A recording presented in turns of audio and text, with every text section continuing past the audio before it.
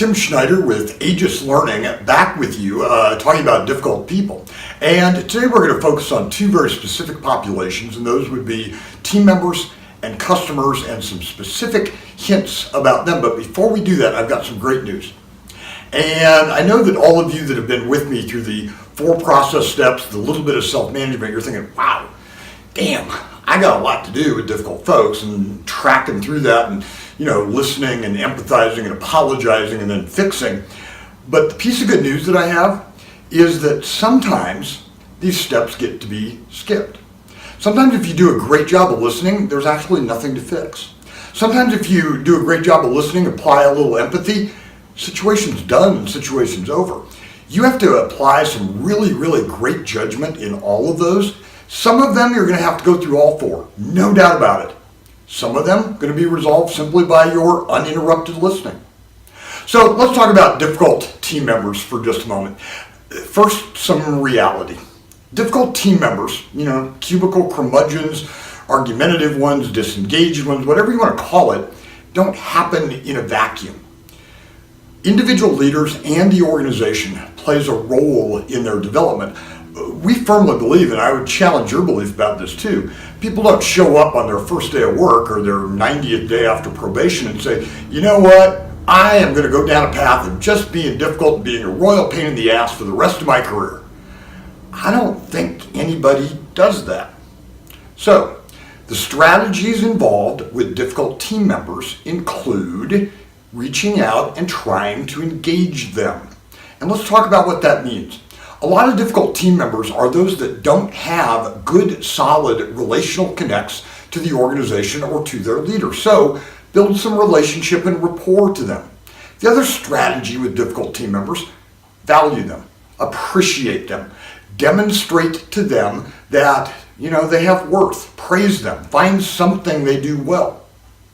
Another strategy, and this one's a tough one, and a lot of leaders overlook this, and that is clearly delineating expectations.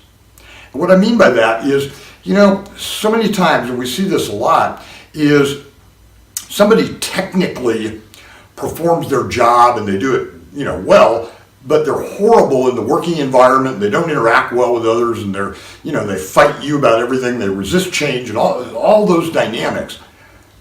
And we say, well, they're good, but. Well, part of the but that comes behind that is because we've never laid out the expectations for those kinds of behaviors.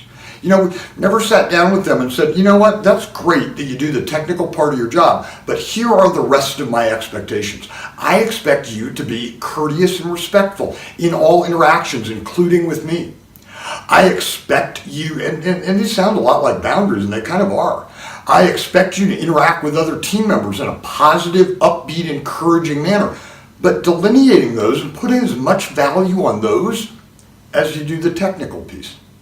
And then one final thing that I'm going to say about difficult team members to try to reconnect them and re-enjoin them is seek their input and give them something challenging that they can work on. And again, that kind of falls under that category of valuing them a bit, but give them something meaty, give them something of value, give them something that you and the organization values, and see how quickly they can kind of come around and turn around for you a little bit there. Now let's shift gears and talk about difficult customers. And I've got to tell you, a lot of you are not going to like my approach with resolving difficult customers, and that quite simply is to acquiesce, give up, surrender, give them what they want, give them what they need to the best of your ability. Do not entrench on hollow policies that might make sense to your NBA cost analysis spreadsheet, but at the end of the day, not only is it going to lose you that customer, but have the incredible compounding effect of their ongoing complaining, especially if they choose to share that with social media. If they want a refund, give them a refund. That's the Nordstrom's way. They've operated like that for decades and decades, and it served them incredibly well. Don't say, it's not our policy, or you don't have a receipt, or we can't waive that charge. You know what? Give them what they want within reason. And if you can't do that within reason, work to create a compromise. And that compromise needs to be framed in a correct way of saying no. Rather than saying, no, I can't, or no, I won't, say, you know what, I'm sorry I can't do that, but here is what I can do. Offer something. You know what, I can't waive all your parking fees. I can't get rid of all those fines. I can't, write all of this off. But what I can do is this. Talk about what you can do.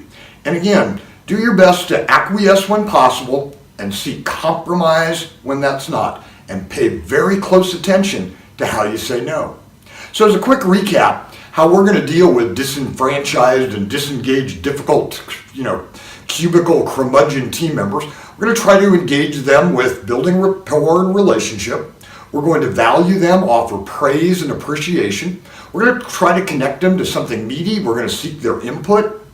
And with difficult customers, where we can, where it's reasonable and feasible, we're going to meet what they're looking for and we're going to give it to them, or we're going to strike a compromise and always say no the correct way. I'm sorry I can't, and offer alternatives to them.